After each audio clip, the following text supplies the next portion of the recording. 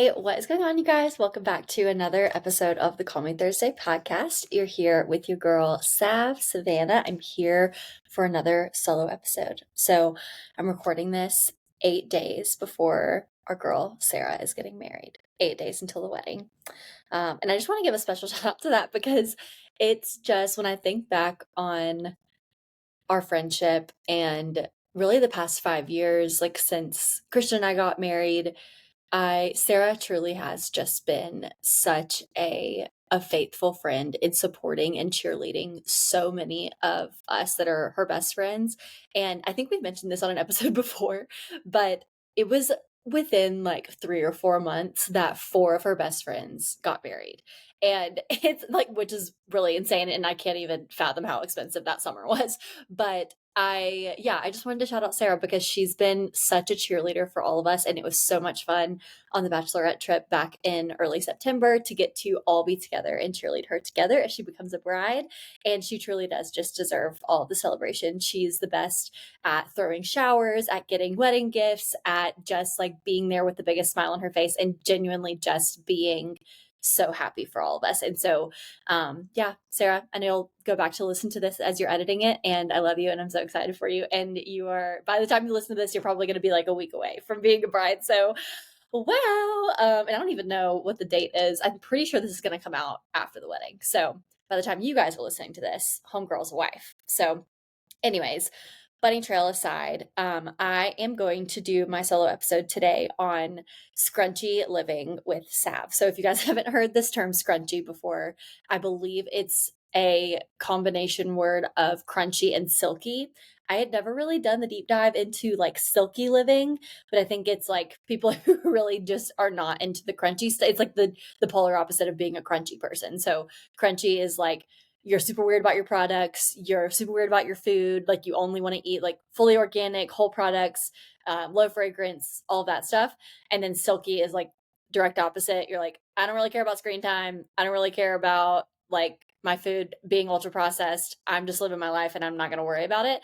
I'm not going to like go into today why I think one is better than the other, but I feel like I've found a really good balance. And it really just in the past like couple of months as I've settled into being a mom of what I would definitely consider to be like scrunchy living. And so I wanted to do this kind of as a take a deep breath to the people and especially the moms out there who feel like you are feeling pressured to live a certain way, because I think like we all know that the internet, especially in parenthood, is extremely opinionated about everything.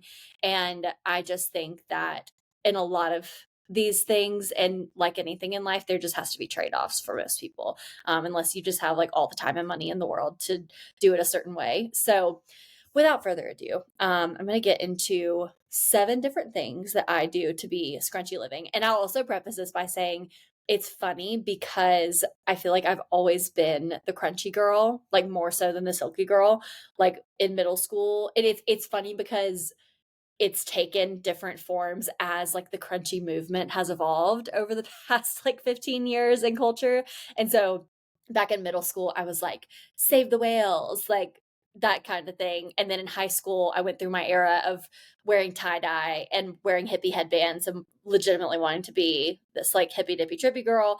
And then in college, it took the form of doing the deep dives on hormone health and low tox products and all of that stuff, going off birth control as soon as I got married and all of that. And so, or I say as soon as I got married, I think I went off birth control like a year into Christian and I being married and learned all of like the cycle tracking stuff because I didn't want to be on hormonal birth control anymore.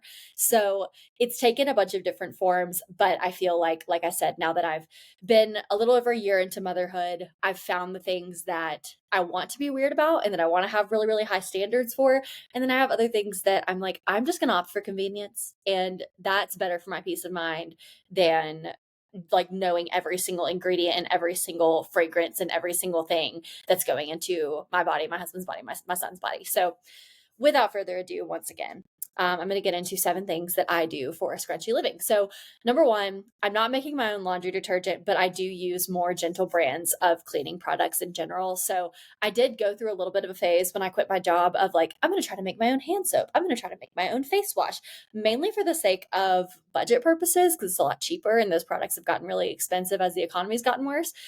But I think I've kind of come to a place now where like I'm going to opt for the like fragrance free option usually. And like I'm not going to use, I don't use like Clorox in my home. I try to use the more gentle brands. But like I'll be honest, I love a Mrs. Myers. And I know that if any of you like super crunchy people are going to crap on me for using Mrs. Myers, because I know it's not the best, but it feels a little bit more gentle than Clorox, but it also smells kind of nice. And if I don't want to choose the fragrance free option, because the Snowdrop fragrance for Mrs. Myers that comes out in the winter is elite and I cannot avoid buying it. So, usually using the gentler brands that have like a little bit more. This sounds so stupid and it's going to sound so uneducated of me to say, but it's like if the branding just looks a little bit less intense than the red and blue of Clorox and it's got like fragrance free, low tox, whatever on it. I'm like, that's better than Clorox, if nothing else. So doing that. But then also, like, when our kitchen sink gets absolutely disgusting, I'm going to put bleach in it like once every 6 months and just trust that the Lord is going to protect my family and it's going to be okay. So that's number one. Number two, I'm not doing daily prepackaged food, but my kid does eat Sprouts cheese puffs on the regular, and I make boxed mac and cheese when I'm in a pinch. So for the most part, I try to avoid prepackaged food for like me and Christian and for Calvin, and just trying to do like more whole foods in general. So for breakfast, we're doing a lot of like homemade oatmeal. So like rolled oats with things that I'm putting together. And like I put sugar in it, I put cinnamon in it, but I'm not I'm not just doing like the prepackaged because that has a bunch of other stuff in it just for preservative sake. And then for lunch, we're doing a lot of like cheese and pickles and cracker, like little mini charcuterie plate kind of things. And then for dinner, doing like soups and pastas and things that I'm just making from more so from scratch. And so it's not necessarily that I'm doing like a healthy version of it. I'm still using a lot of cheese, a lot of heavy whipping cream, a lot of like pretty high fat products a lot of the times, but I at least know where the ingredients are coming from. And that makes me feel a little bit better. Also, just shameless plug for the Sprouts cheese puffs. If you have a kid a year or older who's starting to get teeth, my son is obsessed with those things. And they've got a little bit better ingredients than just like the regular Cheetos brands, I think. And like the orange, you know how Cheetos are just like that weird bright orange? The Sprouts ones are not as bright of an orange. And so I feel like it uses probably a lot less artificial dyes and stuff like that. So if you have a Sprouts near you, go to get the cheese puffs, and they're pretty affordable as well. Number three, I'm not buying $40 non-toxic beauty products on the regular, but I just keep my beauty routine and products really, really simple. So when I say that, I mean like I tried the whole beauty counter thing because I know that their skincare is amazing. Like I love beauty counter. Everything I've ever used from beauty counter, I've absolutely fallen in love with, but I'm just not going to do the whole like $40, $50 for a moisturizer and a primer and all of their makeup. Like we just don't have the budget for that, to be honest. And so I've just decided to keep my beauty routine really, really simple. I don't really use many hair products other than shampoo, conditioner, and a little bit of hairspray.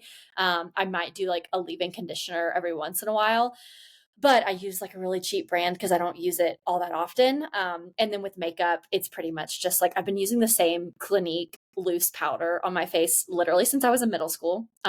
So again, not like a really fancy low toxic brand necessarily, but I trust it and I've been using it since I was 13. So I'm not getting away from that one. Clinique, you have my business forever, at least in your loose powder.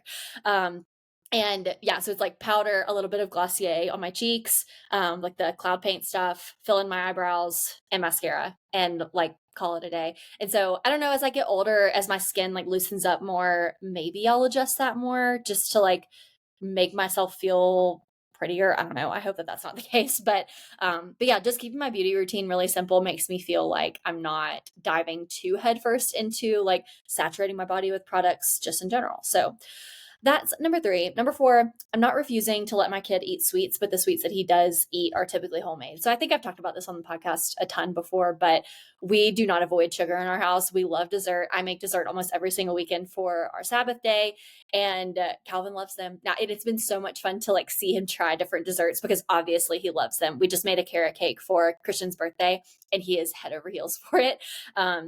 So we do sweets on the regular around here. I'm just a little bit careful around like when I let Calvin eat the sweets. Obviously, I'm not going to let him have a ton of sugar right before bedtime, but usually after his afternoon nap, if he wakes up and like wants a little sweet treat, we'll do that for part of his afternoon snack.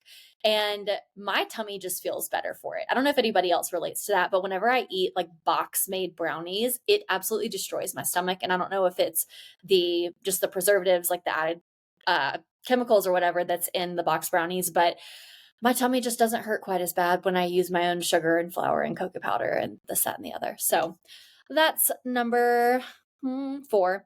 Number 5, we eat bread every single day in this house, but typically it's homemade sourdough. So kind of the same with the sweets part. I have been buying store-bought bread a little bit more, but I've noticed that the Trader Joe's store-bought bread doesn't bother me as much as like if I get a loaf of bread from Walmart or something. And again, any of you who are really educated in this area, you might be like, Savannah, these ideas that you have are completely like not backed in science. So I don't know where you're getting this from, but I feel like Trader Joe's stuff in general has a little bit better ingredients than just what you get at like a Walmart or like the big box name brands. And so I'll get like a loaf of sandwich bread from Trader Joe's just for the sake of convenience. But other than that, most of the bread that we eat is sourdough. So I am kind of picky. I've started to be really picky about the kind of flour that I use because I got the flour from Costco that was like the bleached flour on accident.